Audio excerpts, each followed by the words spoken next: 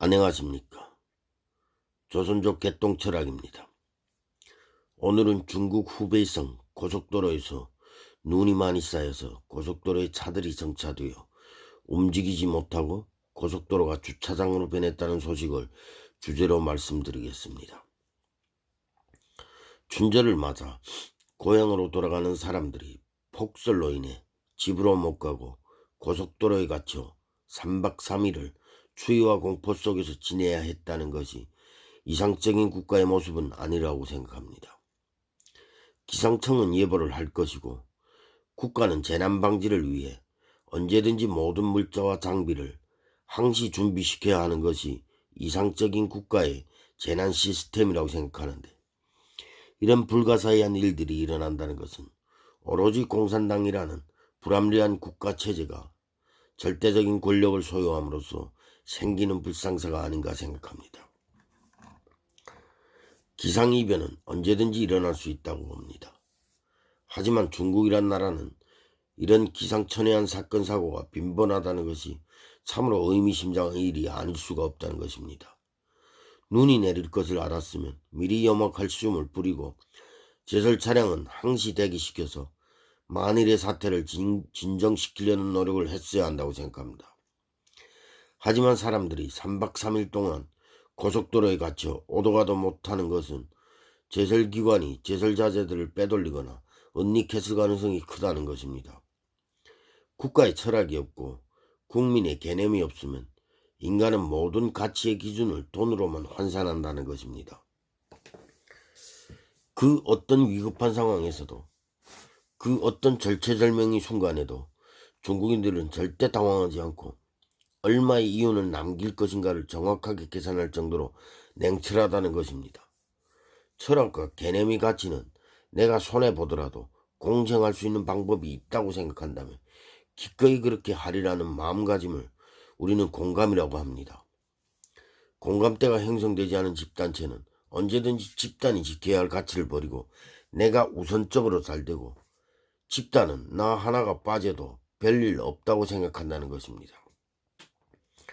공감과 개념을 파괴하는 것은 공산당의 책무이자 의무입니다. 공산당이 독재를 이어갈 수 있는 것은 공권력이 하수인 노릇을 자처하고 자국민을 억압하고 선동해서 개념이 형성되지 못하도록 채찍질을 한다는 것입니다.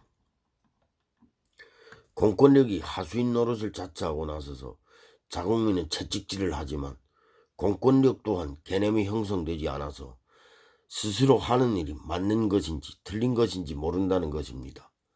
스스로 생각하고 판단하는 지성을 가진 자는 공산당 하수인을 할 수 없기 때문입니다.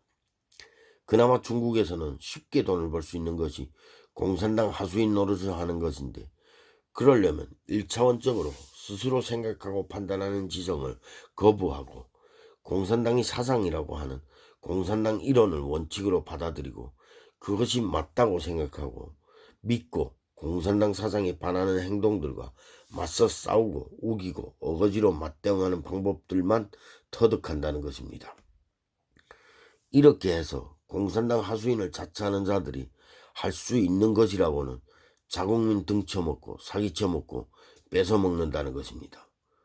또한 이런 자들이 개념을 파괴하고 지성을 거부하며 자행하는 일들이 오늘날 폭설로 인해 3일 밤낮을 고속도로에서 자국민을 추위와 공포로 두려움에 떨게 하였고, 이런 상황에서도 남아도는 제설 자재들을 빼돌려서 자기들이 이익을 추구하는 파렴치한 사태들이 발생하는 계기가 되지 않았나 생각합니다.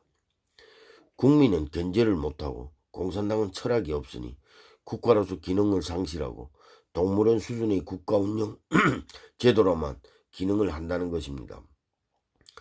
국민은 지배 세력을 선택하고 지정할 수 있는 권한이 있어야 하고, 헌법은 원칙을 기반으로 절대법 위에 군림해야 하고, 국민은 선택하고 탄핵할 수 있는 절대 주권을 행사해야 오늘날 같이 파렴치한 사태가 발생하지 않는다는 것입니다.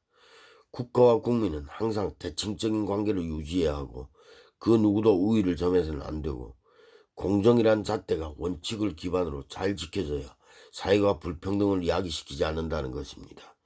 감사합니다. 오늘은 여기까지 하겠습니다.